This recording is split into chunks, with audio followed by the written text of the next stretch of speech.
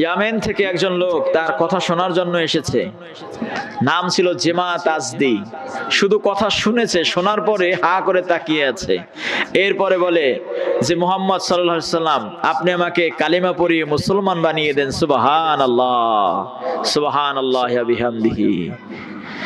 আবার আল্লাহর হাবিব বলেছেন জাওয়ামিউল কালাম, আমি যখন কথা বলি, অল্প অল্প কথা বলি, ছোট ছোট শব্দ ব্যবহার করি, সেটা অনেক বড় হয়ে যায়। বিশ্বনবীর কথা যদি আমরা রাতভর দিনভর, এরপরে সপ্তাহ ধরে, মাসের পর মাস যদি আমরা ব্যাখ্যা করি, তবুও শেষ হয় না। সুবহানাল্লাহ। আল্লাহর হাবিব সাল্লাল্লাহু আলাইহি ওয়াসাল্লাম বলেছেন, তোমরা যখন কথা বলো তখন হাসি মুখে কথা বলো। কথা বলতে হবে হাসি মুখে। বুঝতে পেরেছেন? আল্লাহর হাবিব সাল্লাল্লাহু আলাইহি ওয়াসাল্লাম বলেছেন, কথা তোমরাও বলবা। বিশ্বনবী হাসি মুখে কথা বলতেন। মানুষ তার কথা শুনে কখনো মুখ ফিরিয়ে নিতে পারতো না।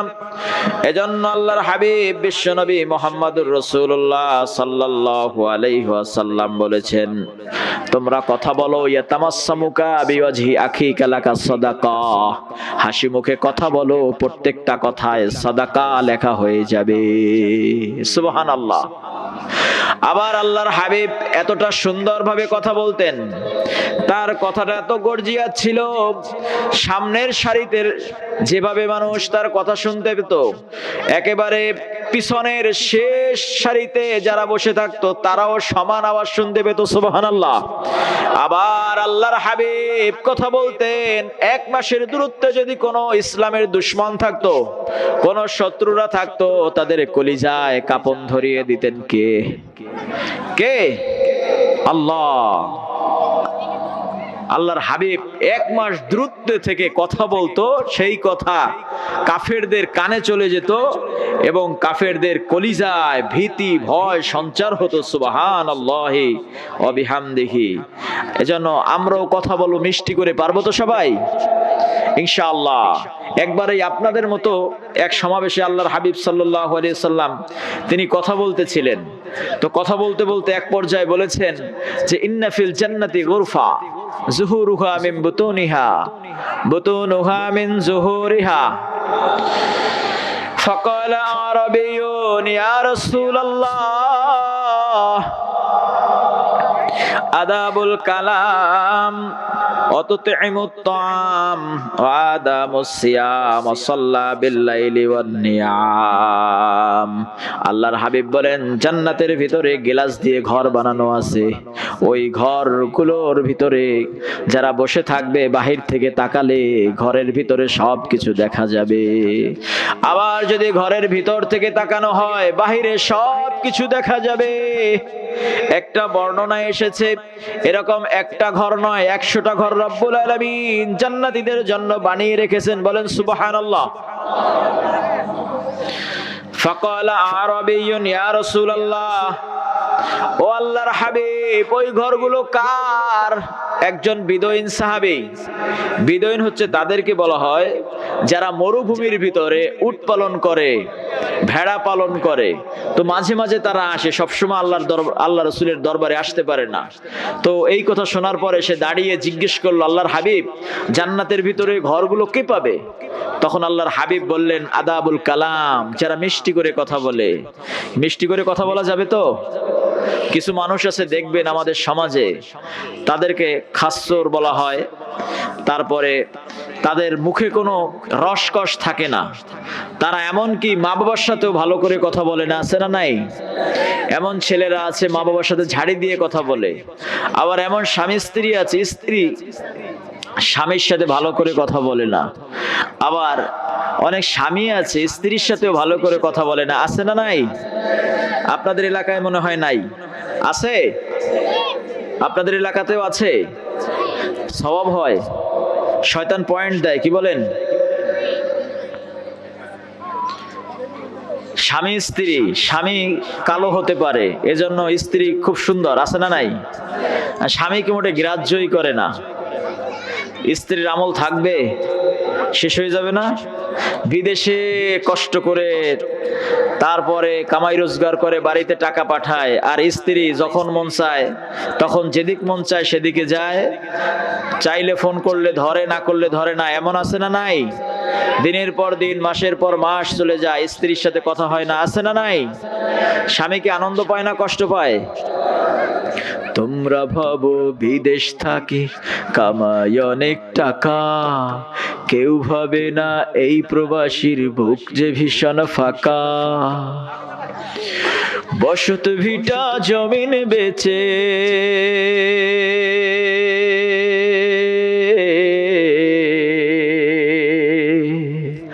বসত ভিটা জমিন বেচে এলাম পরের দেশে, ঋণের টাকা শোধ করে যাই দিন মজুরের ভেসে, ঋণের টাকা শোধ করে যাই দিন মজুরের ভেসে। ও হো হো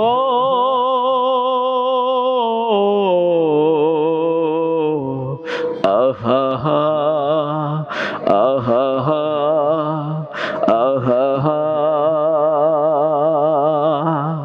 কি ঠিক কিনা? এজন্য মা বোনেরা, স্বামী কালো হতে পারে, স্বামী দেখতে সুন্দর হতে পারে, স্বামী খাটো হতে পারে, স্বামী গরিব হতে পারে, এজন্য তাকে ধমক দিয়ে কথা বলা যাবে না, মিষ্টি করে কথা বলতে হবে, স্বামীর সাথে ভালো সম্পর্ক রাখতে হবে, তাহলে জান্নাতে যেতে পারবেন ফাতিমাতুজ জোহরার সাথে, ঠিক কিনা? মা খাদিজার সাথে, মা আয়েশার সাথে, ঠিক কিনা? আবার স্ত্রী একটু কালো, শ্বশুর বাড়ির টাকা পয়সা কম, এজন্য স্বামীর টাকা পয়সা আছে, দেখতে সুন্দর, কিন্তু স্ত্রীকে ভালো লাগে না, পরকিয়া করে, আছে না নাই? পর নারীদের সাথে কথা বলে, সব হয় না গুনাহ হয়? গুনাহ হয়, তাই না?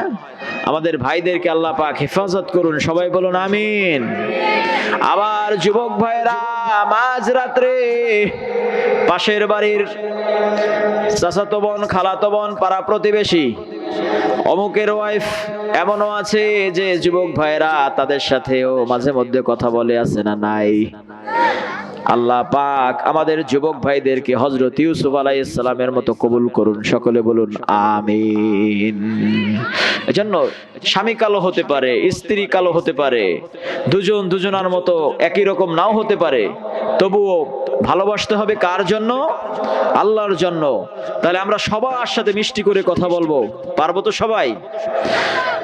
এক নাম্বার হলো মিষ্টি করে কথা বলা। দুই নাম্বার হলো অততিমুত তাআম, যারা অপরকে খানা খাওয়ায়, মানুষকে খানা খাওয়ায়, মানুষ পেলে খানা খাওয়াবেন।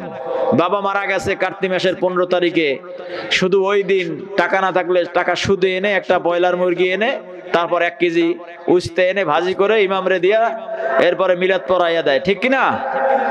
না, এমন না। যখন যেখানে যেভাবে দরকার, যতটুকু পারেন মানুষকে খাওয়াতে হবে, সেটা মুসলিম হোক অমুসলিম হোক, সেটা কোনো ইহুদিও যদি হয়, কোনো খ্রিস্টানও হয়, মানুষকে খাওয়ানোর চেয়ে বড় সওয়াব আর কোনো কিছুতে নাই। সুবহানাল্লাহ কবেন না? আল্লাহর হাবিব তিনি জীবনে পেট ভরে কখনো খান নাই, নিজের মুখের খাবার অন্যকে খাওয়াইছেন। তার নাম হচ্ছে মুহাম্মাদুর সাল্লাল্লাহু আলাইহি ওয়াসাল্লাম। আপনারা যেভাবে বসে আছেন, একবার তিনি খন্দক খনন করার সময় তিনি ভোরবেলা বের হলেন, যে দেখি সাহাবীরা কি করে, খাল খনন করছে। তো গিয়ে দেখলেন যে পেট আর পিঠ সাহাবীদের লেগে গেছে। আল্লাহর হাবিব এই দৃশ্য দেখে চোখে পানি এসে গেছে। আল্লাহর হাবিব সাহাবীদের জন্য দোয়া করলেন, আল্লাহুম্মা লা আইশা ইল্লাল আইশাল আখিরা ফাগফিরিল আনসার ওয়াল মুহাজির। ও আল্লাহ, এই দুনিয়ার সুখ কোনো সুখ নয়, আমার আনসার আর মুহাজিরদেরকে তুমি মাফ করে দাও। এই কথা শুনে সাহাবায়ে কেরাম আনন্দে উদ্ভাসিত হয়ে গেলেন। সাহাবায়ে কেরাম বলে উঠল, নাহনুল্লাযী বায়াউ মুহাম্মদ, আলাল জিহাদি মা বাকিনা আবাদা। ওগো নবী, আমাদের যতদিন পর্যন্ত চোখের পাতা লড়বে, যতদিন পর্যন্ত আমরা বেঁচে আছি, ততদিন পর্যন্ত আপনার সাথে জিহাদ করেই যাব। সুবহানাল্লাহ, সুবহানাল্লাহ। যতদিন পর্যন্ত রাসূল আমাদের চোখের পাতা লড়বে, ততদিন পর্যন্ত আমরা ইসলামকে প্রতিষ্ঠিত করার জন্য জিহাদ করেই যাব। সুবহানাল্লাহ। ইমানের পথ সে তো কাটায় ঘেরা, জিহাদের পথ সে তো মৃত্যু ঘেরা। ইমানের পথ সে তো কাটায় ঘেরা, জিহাদের পথ সে তো মৃত্যু ঘেরা। তবুও চলতে হবে জীবনটা বাজি রেখে, তবুও চলতে হবে ঈমানকে বাজি রেখে, ইসলামকে প্রতিষ্ঠিত করতে। ঈমানের পথ সে তো কাটায় ঘেরা, জিহাদের পথ সে তো মৃত্যু ঘেরা। ঠিক কিনা? আল্লাহর হাবিব সাহাবীদের এই কথা শোনার পরে তার আনন্দ আরো বেড়ে গেল। হযরতে জাবের রাদিয়াল্লাহু তাআলা আনহু আল্লাহর হাবিবের দিকে তাকালেন। তাকিয়ে দেখেন একটা কাপড় দিয়ে বিশ্বনবীর পেটে দুটি পাথর বাঁধা আছে। সুবহানাল্লাহ। আল্লাহর হাবিব নিজেও তিনি ইসলামকে প্রতিষ্ঠিত করার জন্য নিজে কাঁধে করে মাথায় করে পাথর এবং মাটি বহন করছে। জোরে বলেন সুবহানাল্লাহ। হযরতে জাবের রাদিয়াল্লাহু তাআলা আনহুর চোখ কপালে উঠে গেছে। বাড়িতে দৌড় দিয়ে গিয়ে স্ত্রীকে বলছে, ওগো প্রিয়তমা, আমি যে দৃশ্য দেখেছি সহ্য করতে পারি না।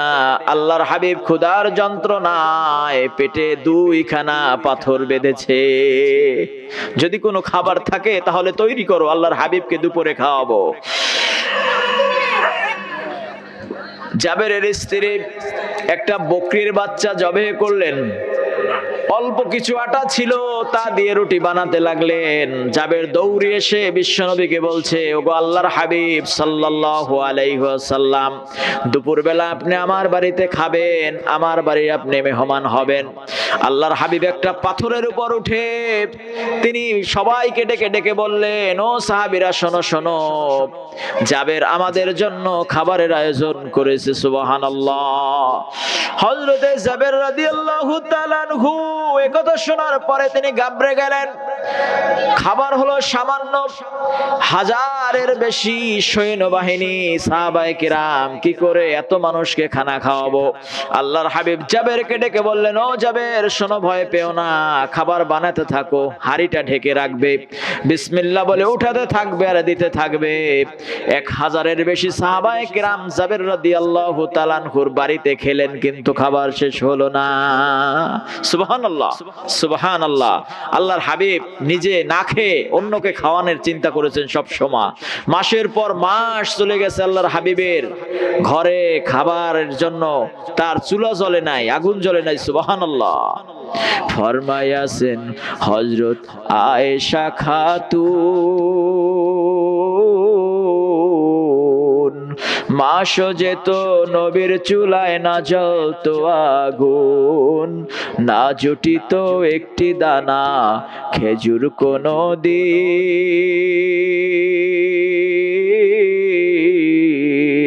হায় রে আমার নবীর মায়ার দিন। শহরে যাইতেন নবী, ধর্ম করিতেন প্রচার, ইহুদিরা পাগল বলে মারিতেন পাথর। হায় রে পাথর খেয়ে রক্তে জুতা হইত রঙিন। হায় রে আমার নবীর মায়ার দিন, হায় রে আমার নবীর মায়ার দিন। উম্মতেরই সামনে আজি হইতেছে বিলীন, হায় রে আমার নবীর মায়ার দিন। নবীর মায়ার দিন উম্মতের সামনে আজকে বিলীন হয়ে যায়, ঠিক কিনা? আমাদের ঘরে ভুরি ভুরি খাবার থাকে, আবার আমাদের পাশের বাড়ি কত মানুষ অনাথ অসহায় অবস্থায় রয়ে যায়, ঠিক কিনা? আমাদের ভুরি ভুরি জায়গা জমিন ফেলানো থাকে, আবার দেখবেন গ্রামে এমনও মানুষ আছে যে যাদের বাথরুম করার মতো জায়গা নাই, কিন্তু আমাদের মায়া হয় না। অথচ আল্লাহর হাবিব নিজে না খেয়ে নিজে না পড়ে উম্মতকে খাওয়াইতেন পড়াইতেন। তার নাম হলো মুহাম্মাদুর রাসূলুল্লাহ সাল্লাল্লাহু। আজকের মাহফিলের প্রধান শিরোনাম হচ্ছে ফলো টু মুহাম্মদ সাল্লাল্লাহু আলাইহিস সাল্লাম। আমরা ফলো করব মুহাম্মদ সাল্লাল্লাহু আলাইহিস সাল্লামকে। মনে রাখেন, প্রথমে বলছি কিন্তু আমরা কথা কিভাবে বলবো, মিষ্টি করে, তাই না? এরপরে আমরা মানুষকে খানা খাওয়াবো, মানুষকে খানা খাওয়াবো যখন যেভাবে পারবো, যেথায় আমি যতটুকু পারি। 3 নাম্বার হলো ও আদামুস সিয়াম, যখন রোজার মাস আসে তখন আমরা রোজা রাখবো। পারবো তো সবাই? খুব কাছাকাছি। রোজাদারদের যাজা হলো as-সাওমু লি ওয়া আনা আজজি বিহি, যারা রোজা রাখবে তারা আল্লাহর জন্য রোজা রাখে, আর রোজার প্রতিদান হলো জান্নাত। জোরে বলেন সুবহানাল্লাহ, সুবহানাল্লাহ। রোজা রাখার জন্য সবাই তৈরি তো? ইনশাআল্লাহ খুব কাছাকাছি, বলতে বলতে সময় চলে আসবে। সম্ভবত 4 তারিখে শবে বরাত। 4 তারিখে কি শবে বরাত? এরপরে কয়দিন থাকে? শবে বরাতে একেবারে মসজিদ কানায় কানায় ভরে যাবে, তাই না? একদিন সব ইবাদত করে ফেলবো, এরপর আবার আমরা গাফেল হয়ে যাই। আল্লাহ পাক আমাদেরকে এই গাফলতি থেকে হেফাজত করুন, আমিন। 4 নাম্বার হলো অসাল্লা বিল্লাইলি ওয়ান নিআম। আল্লাহর হাবিব বলেন, যারা রাতের বেলায় সবাই যখন ঘুমিয়ে যায়, ওই আকাশ ঘুমিয়ে যায়, এই জমিন ঘুমিয়ে যায়, চন্দ্র সূর্য গ্রহ নক্ষত্র গাছপালা তরুলতা সব ঘুমিয়ে যায়, এমন সময় বান্দা আরামের বিছানা ছেড়ে দিয়ে ঠান্ডা পানি দিয়ে ওযু করে একটা